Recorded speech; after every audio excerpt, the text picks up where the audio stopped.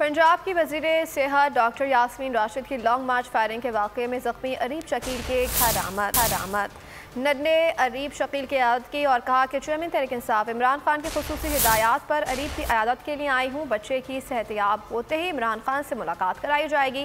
मजीद कहा कि पंजाब हुकूमत ज़ख्मी बच्चे को मुकम्मल तिबी सहूलियात फराहम कर रही है। यास्मीन राशिद ने यह भी कहा कि इमरान खान पर कातिलाना हमले की FIR हमारा आईनी हक है। लॉन्ग मार्च दिन की रोशनी में कर रहे हैं ताकि सियासी मुखालिफिन की आंखें खुल जाएं।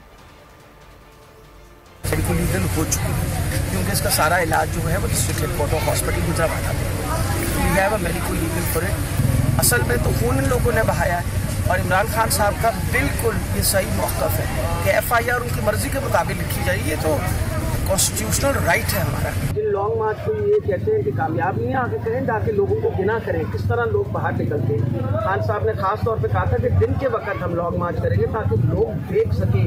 इतना बंदा जो है वो चल रहा है। इस वक्त पूरा पाकिस्तान जो है इमरान खान के मौके को सही तरीके से समझता है। अगर आपको हमारी ये वीडियो पसंद आई है तो लाइक पर क्लिक कीजिए।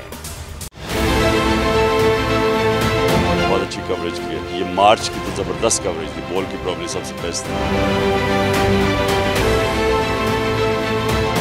सबसे ज्यादा रील्स और सबसे ज्यादा रेटिंग के साथ बोल रहा नंबर 1। सब्सक्राइब करें और बेल दबाएं ताकि कोई खबर रह न जाए।